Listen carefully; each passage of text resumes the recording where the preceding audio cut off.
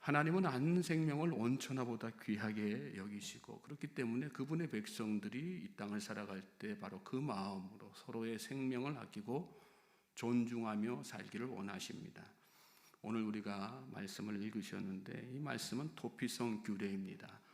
도피성이란 실수로 남의 생명을 해치게 된 사람이 자신의 생명을 지키기 위해 피신하는 성읍입니다.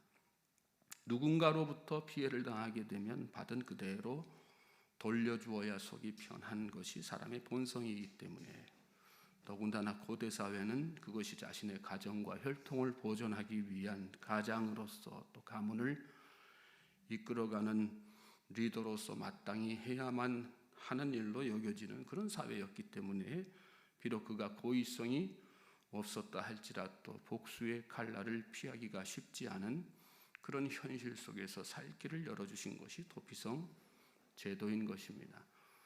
본문 1절부터 3절 말씀을 다시 또 보시겠습니다. 보시면, 내 하나님 여호와께서 이 여러 민족을 멸절하시고 내 하나님 여호와께서 그 땅을 내게 주심으로 내가 그것을 받고 그들의 성읍과 가옥에 거주할 때에 내 하나님 여호와께서 내게 기업으로 주신 땅 가운데서 새 성읍을 너를 위하여 구별하고 내 하나님 여호와께서 내게 기업으로 주시는 땅 전체를 세 구역으로 나누어 길을 닫고 모든 살인자를 그 성읍으로 도피하게 하라. 도피성 규례는 민수기 35장에서 이미 말씀했던 내용이죠. 하나님은 레위 지파에게 할당된 48개의 성읍 가운데에서 요단 동편과 서편에 각각 세 성읍씩 모두 6개 성읍을 도피성으로 지정할 것을 명령하셨습니다. 그리고 이미 동편에 베셀, 길라, 라못, 또 바란, 골란 이렇게 세 성읍을 도피성으로 지정한 상태였습니다. 그럼에도 불구하고 모세가 재차 이 도피성 규례에 대한 강조를 하는 이유는 이제 곧 이스라엘 백성들이 가나안에 들어갈 것이기 때문입니다. 요단 서편에 이 도피성을 잘 구분하도록 이렇게 강조한 것이죠. 특별히 이 말씀에서 우리가 주목해야 될 부분이 2절 끝에 너를 위하여 구별하고 라고 하는 말씀입니다.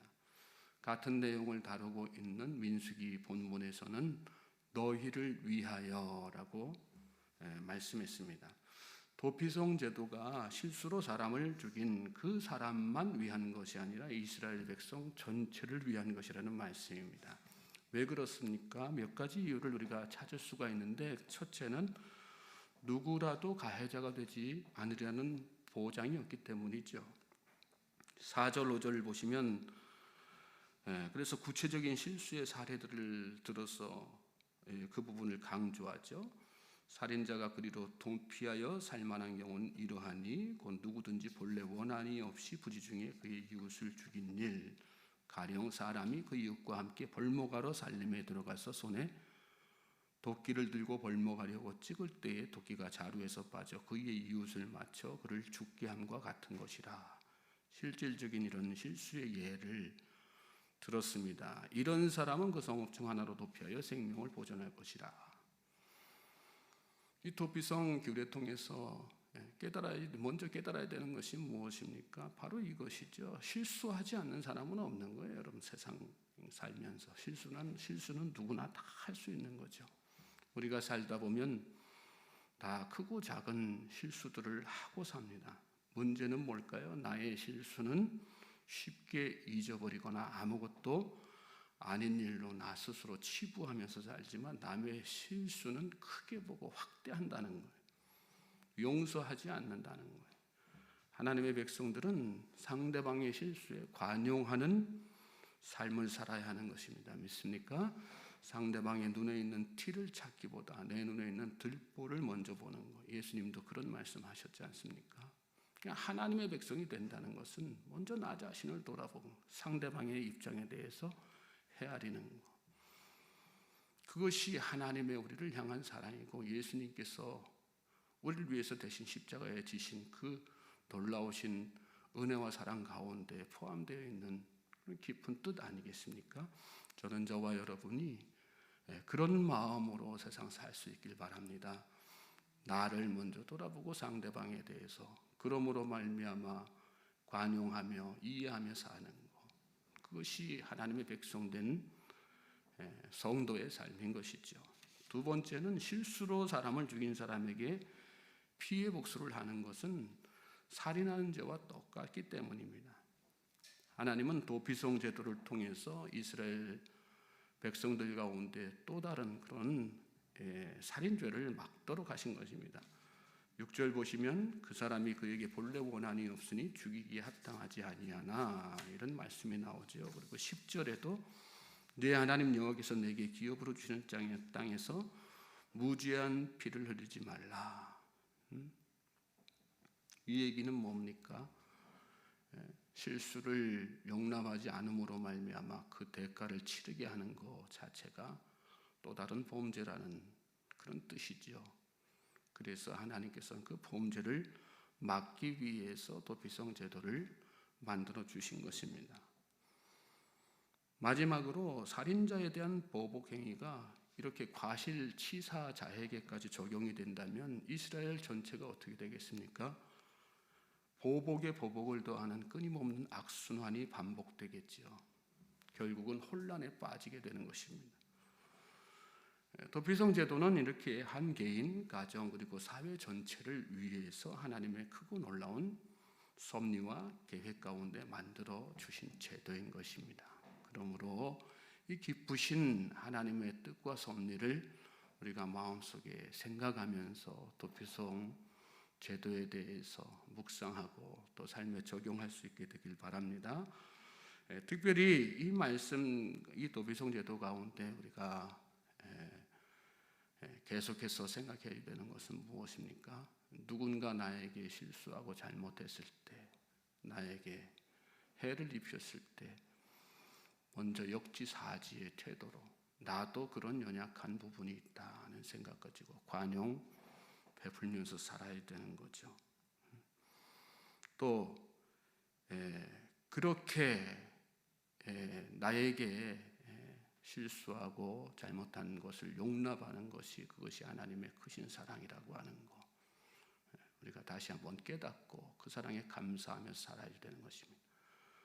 예수님은 이 세상에 오셔서 율법을 폐하러 오신 것이 아니라 율법을 완성하러 오셨다, 이렇게 말씀하셨죠. 이 도피성 제도를 통해서 우리가 더 깊이 있게 묵상해야 될 것은 예수님의 그 사랑을 본받고 예수님의 사랑으로 사람들을 대해야 된다는 것입니다. 여기 뒤에 이어지는 말씀 보면 고의적으로 살인한 사람에 대해서는 반드시 그 피값을 물게 이렇게 하신 규례가 나옵니다. 그만큼 사람의 생명을 해하는 일에 대해서 경각심을 가지라는 그런 차원에서의 말씀이죠. 그런데 예수님은 이 말씀을 또 적극적으로 해석하셨어요. 어떻게 해석하셨습니까? 너희 원수도 사랑하라. 그런 마음 가지고 사랑하면서 살라, 그렇게 말씀하셨어요. 예수님이 실제로 이 세상에서 살면서 우리에게 보여주셨던 삶의 모습이 바로 그런 거 아니겠습니까?